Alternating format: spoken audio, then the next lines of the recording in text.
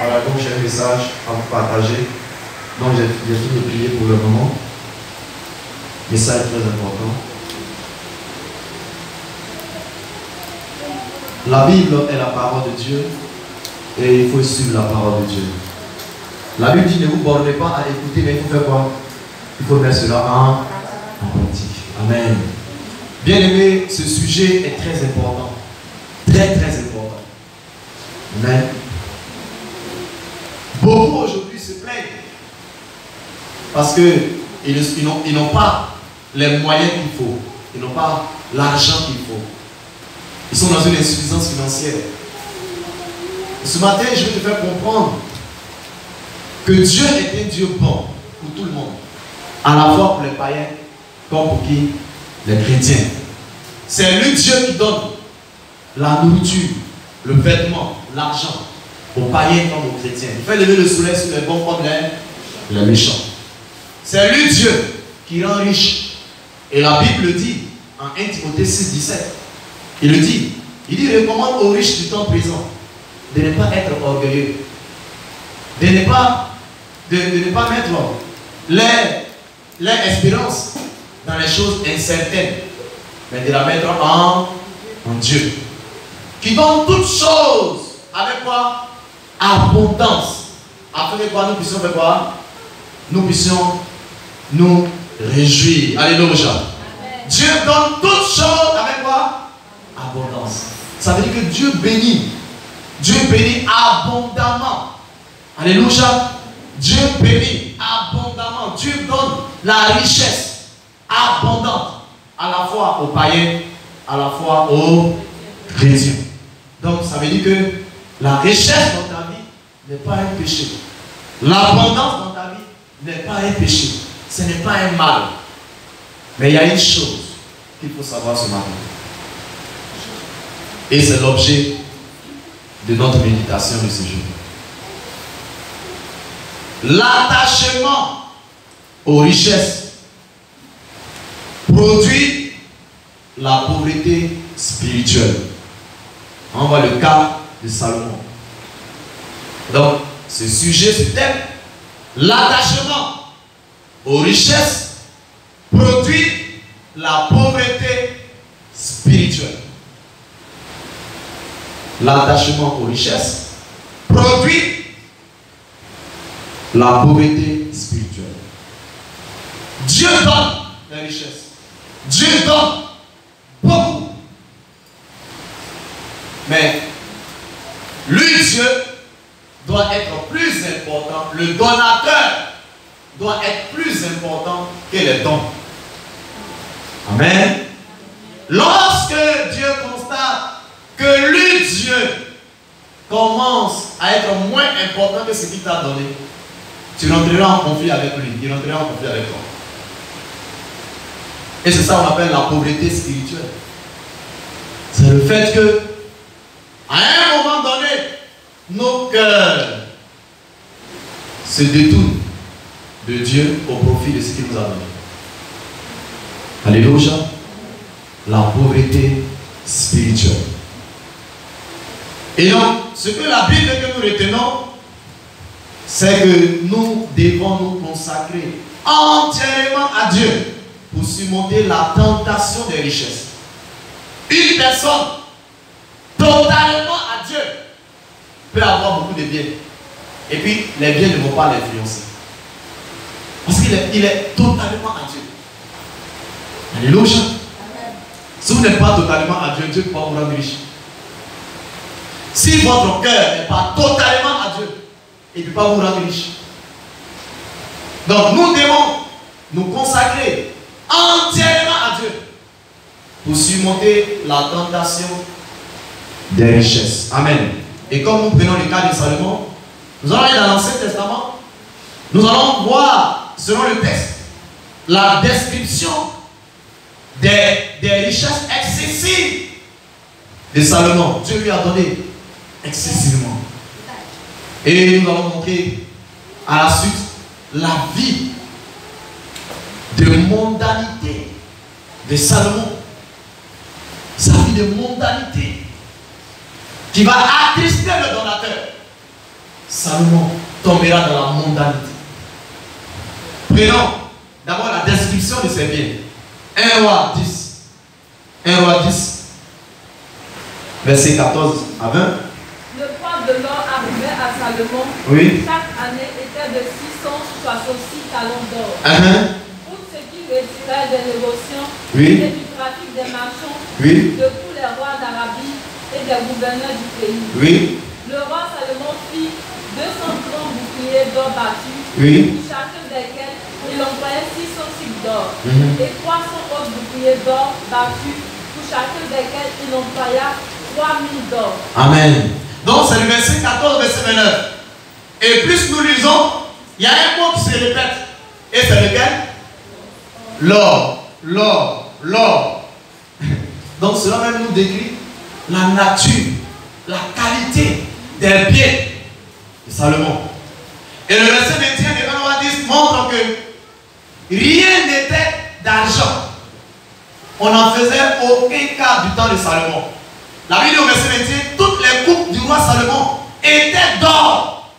Et toute la vaisselle de la maison de la forêt du Liban était d'or pur. Rien n'était d'argent. On n'en faisait aucun cas du temps de Salomon. Sa coupe, même pour boire le vin, tout était en or. Rien n'était en argent. Et au temps de Salomon, on n'en faisait aucun cas de l'argent. L'argent n'avait même pas de valeur. Mais c'était l'or. Voici un homme dans la gloire matérielle. Il a honoré les hommes. Honoré par Dieu. L'or lui est donné. La richesse lui a été donnée. La sagesse lui a été donnée. Donc du verset 14 au verset 9, vous voyez, la Bible dit au verset 23, le roi Salomon fut plus grand que tous les rois de la terre par les richesses et par la sagesse. Que tous les rois de la terre par les richesses et par la sagesse. Et Salomon a eu le degré le plus élevé des richesses en son temps. Parce que concernant la richesse, il y a plusieurs degrés. Il avait le degré le plus élevé en son temps. Qui même jusqu'aujourd'hui a pu être aussi riche comme Salomon, tel qu'on le décrit. Dieu bénit encore. Dieu donne encore. Mais voilà ce qui va arriver à cet homme. Ce qui va arriver à cet homme. Et la Bible nous en parle. Et ce qui nous permet d'aborder la vie de mondanité de Salomon. Il avait abondamment. C'est Dieu qui a donné. Mais cependant, cette prospérité matérielle va produire quoi? Une pauvreté spirituelle. Cette prospérité matérielle va produire quelque chose. Et donc, quand je parle de cette prospérité, c'est l'attachement à cette prospérité. Vous allez voir. Parlons de sa vie de mondanité en 1 roi 11. Vous voyez, l'auteur du livre de roi fait exprès. Il nous décrit d'abord les biens de Salomon avant de nous parler de sa vie de mondanité, de sa vie d'attachement aux biens. Il nous décrit les richesses excessives de Salomon avant de nous parler maintenant de son attachement à ça. Prenons 1 roi 11 maintenant. À partir du verset 1 à 2, on va lire d'abord ça, verset 1 à 2. Le roi Salomon aima beaucoup de femmes étrangères. Outre la fille de Pharaon, des Moabites, des Ammonites, des Édomites, des Sidoniennes et des Étiennes. Amen. Et je lis le verset 2. Appartenant aux nations dont l'Éternel avait dit aux enfants d'Israël, vous n'irez point chez elles, et elles ne viendront point chez vous. elle tournerait certainement vos cœurs du côté de leur Dieu. Ce fut à cette nation que s'attacha Salomon, entraîné par l'amour. Donc, l'auteur du livre de Roi, il nous décrit l'abondance de ses richesses. Et à partir du chapitre 11 maintenant, il nous montre la vie de mondanité de Salomon, par commencer par l'attachement de son cœur aux femmes étrangères d'abord. L'attachement de son cœur aux femmes étrangères. Depuis 1 Roi 3, le verset 1, Salomon d'abord, quand il commence son règne, il va s'allier avec le roi du Pharaon en mariant sa fille. Il va prendre une femme étrangère. Bien aimé, lorsque tu es un homme spirituel, un homme qui a une relation avec Dieu, c'est ça, une personne qui a une relation avec Dieu est bénie spirituellement. La richesse d'un enfant de Dieu est spirituelle. C'est Dieu lui-même la richesse. Et lorsque Dieu est dans ta vie, et que ce Dieu te donne des biens matériels, il faut faire attention à qui tu vas choisir, qui va t'accompagner chaque jour. La personne aussi que tu vas choisir comme femme ou comme mari doit aussi avoir la même relation avec ce Dieu. Cette personne doit être aussi riche spirituellement. Si tu prends une personne qui est pauvre spirituellement, une femme pauvre spirituellement, ça veut dire qu'elle n'a aucune relation avec Dieu, parce que c'est Dieu notre richesse, c'est Jésus notre richesse. Si tu prends un homme pauvre spirituellement, qui n'a pas de relation avec Dieu, il vient dans ta vie, bien aimé, quelle que soit ta richesse matérielle, si tu es un enfant de Dieu, tu deviendras pauvre matériellement. Alléluia. Et donc Salomon, il était riche spirituellement au commencement. Il avait des relations avec Dieu. Et quand le donateur, Dieu lui a donné les dons, et qu'est-ce qui s'est passé? La venue de ces femmes étrangères, l'amour, l'attachement à ces femmes, va donc détourner son cœur de sa vraie richesse. La vraie richesse de Salomon, est-ce que c'était matériel? C'était spirituel. C'était Dieu. Sa vraie richesse. C'est Dieu qui a fait connaître son nom. C'est Dieu qui l'a rendu riche.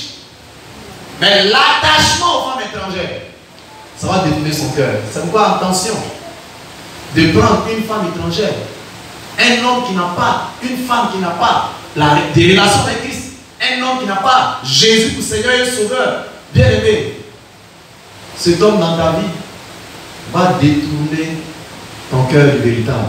Amen. Donc Salomon va commencer à starter son cœur aux femmes étrangères. Et vous savez que cet homme avait beaucoup de femmes. Et son cœur est attaché à chacune. Pour avoir beaucoup de femmes, c'est la venue de la richesse. Quand la richesse est là, ça réveille les désirs de la chair. Amen. Donc, le vrai cœur de Salomon a été révélé par la présence des richesses.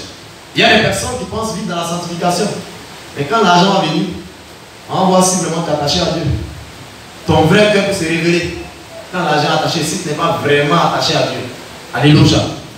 C'est pas une personne qui n'est pas totalement consacrée à Dieu. Quand l'argent vient, ce n'est pas la haine qui est mauvaise, mais ta nature vraie va se révéler. Ce que tu es vrai, là, c'est caché. Donc, l'argent révèle ça.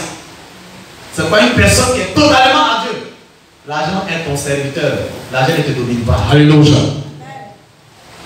Et donc, dans la vie de mondanité de Salomon commence par l'attachement aux femmes étrangères. Ensuite, au verset 3 jusqu'au verset 10, qu'est-ce qu'on va constater?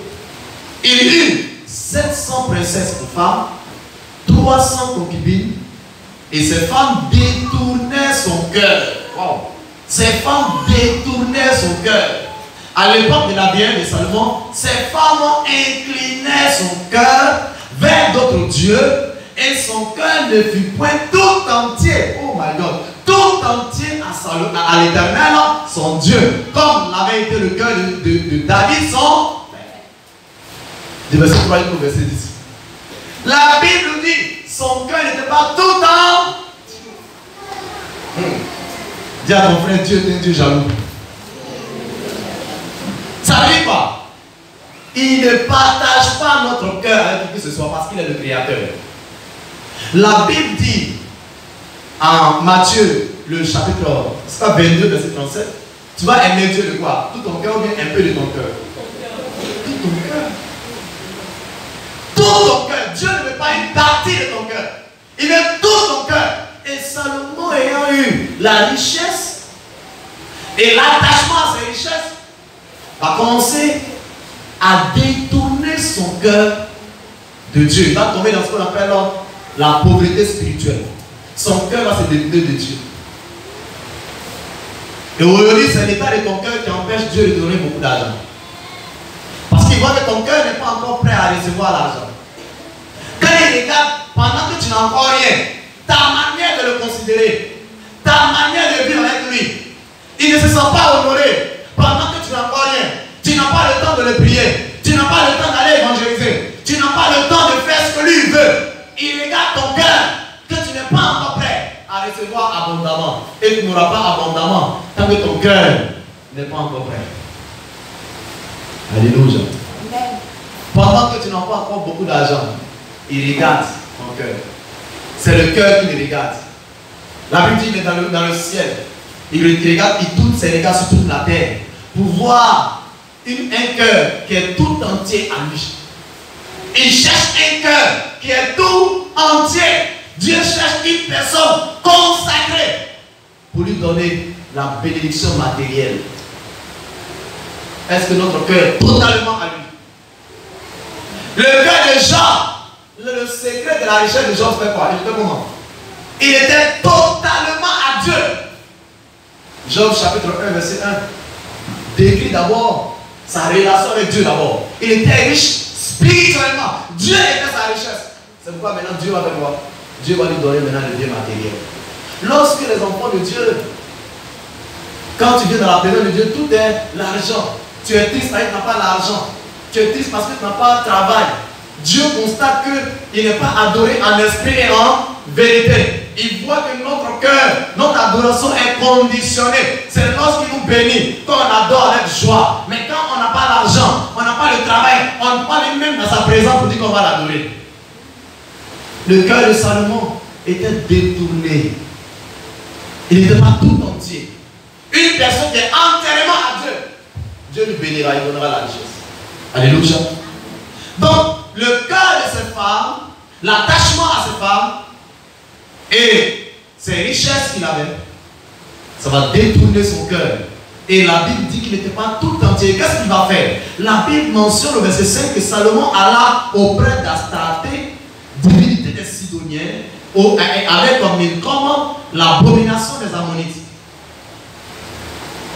Salomon va commencer à adorer les dieux étrangers de chacune des femmes. Il va tomber dans la pauvreté spirituelle. Il va tomber dans la mondanité. Le monde va entrer en Salomon.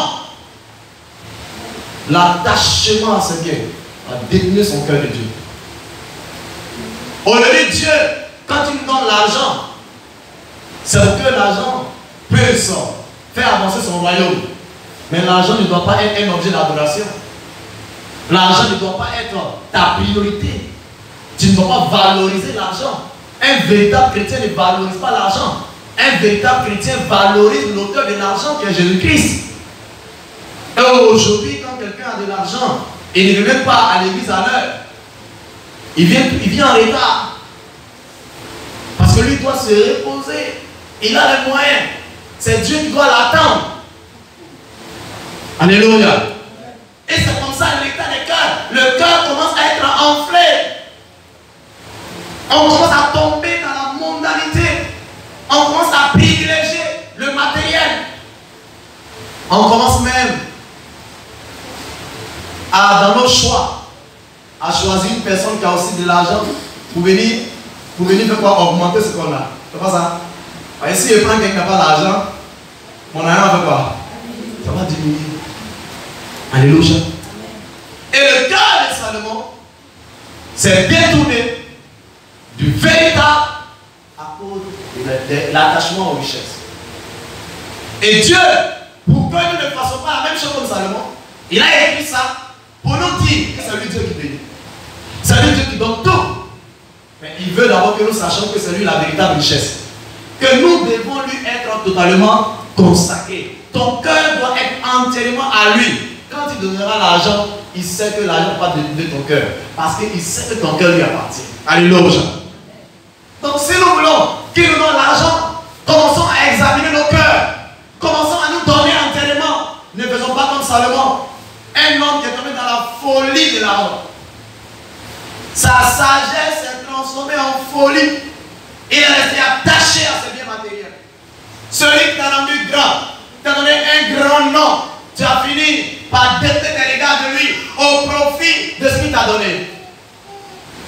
Voilà le manque de reconnaissance dans la vie de beaucoup de chrétiens.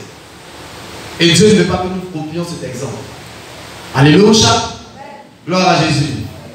Est-ce que ce matin, nous voulons nous donner à lui entièrement? Est-ce que ce matin, nous voulons nous donner à lui entièrement? Est-ce qu'on veut se donner entièrement à Jésus-Christ? Quand une personne est à Jésus-Christ, elle est entière à Jésus-Christ, elle prend même, pendant qu'elle n'a pas encore beaucoup d'argent, elle prend ce qu'elle a et puis elle donne à Dieu pour faire l'œuvre de Dieu. Quand pendant que tu es là, ton argent, tu calcules, tu insultes même les pasteurs, c'est des voleurs. Tu dis que tu ne donnes pas ton argent, tu peux faire donner aux pauvres. Tu démontres par là ton attachement à l'argent. En vérité, le pasteur qui est là n'est pas venu de lui-même, c'est Dieu qui l'a mis là. Et quand tu donnes l'argent, tu ne donnes pas à lui, mais tu donnes à ce Dieu qui t'a donné la vie éternelle. Donc tu es reconnaissant à Dieu qui t'a sauvé. Ce n'est pas à lui. Et donc tous ceux aujourd'hui qui n'arrivent même pas à donner, n'est-ce pas, un peu de leur argent pour l'avancement de l'œuvre de Dieu, c'est des personnes attachées à l'argent. L'attachement à l'argent n'est pas seulement, n'est-ce pas, celui qui en a, même celui qui n'en a pas, qui n'arrive même pas à donner. Il est attaché à l'argent. Gloire à Jésus. Est-ce que tu arrives à soutenir l'œuvre de Dieu chaque jour? Est-ce que ton argent contribue à l'œuvre de Dieu? Est-ce que tu donnes avec la promptitude pour l'œuvre de Dieu? Est-ce que tu donnes sans murmurer? Alléluia. Bien aimé, Dieu veut qu'on soit totalement allé. Vous vous souvenez que en Luc 21, cette femme pauvre, elle a donné 2 pièces. La Bible dit, Jésus dit qu'elle a donné plus que tous. Pourquoi? Parce que l'argent qu'elle avait donné, c'était tout ce qu'elle avait pour vivre. C'est-à-dire qu'elle a démontré qu'elle dépendait de Dieu entièrement pour tout. Donc vous comprenez que lorsque tu donnes ton argent à Dieu, tu démontres que tu dépends de lui. Et celui qui ne donne pas montre qu'il dépend de son argent. Celui qui ne donne pas montre que c'est son argent qui va lui donner la vie, son argent qui va lui donner la santé, son argent qui va lui donner tout. Donc il est attaché à ça. Alléluia. Gloire à Jésus. Et voici le cas de Salomon. Et si nous voulons que nous ne soyons pas, et Dieu ne soit pas irrité avec nous, le verset 9, il dit, l'Éternel fut irrité contre Salomon parce qu'il avait détourné son cœur de l'Éternel, le Dieu d'Israël, qui lui était apparu 2 fois.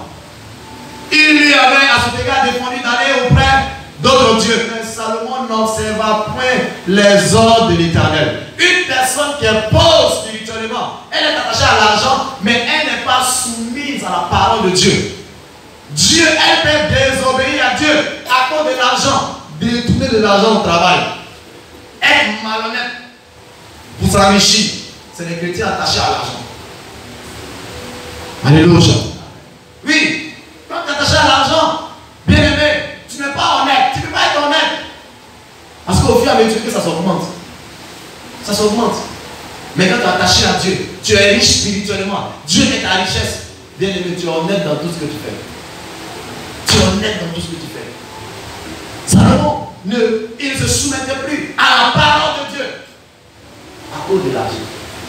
Beaucoup n'ont plus le temps pour Dieu à cause de l'argent. Pendant que tu n'as rien actuellement, tu n'as pas le temps. Mais et quand tu auras beaucoup? Et quand tu auras beaucoup? Là même on ne te verra plus. Alléluia.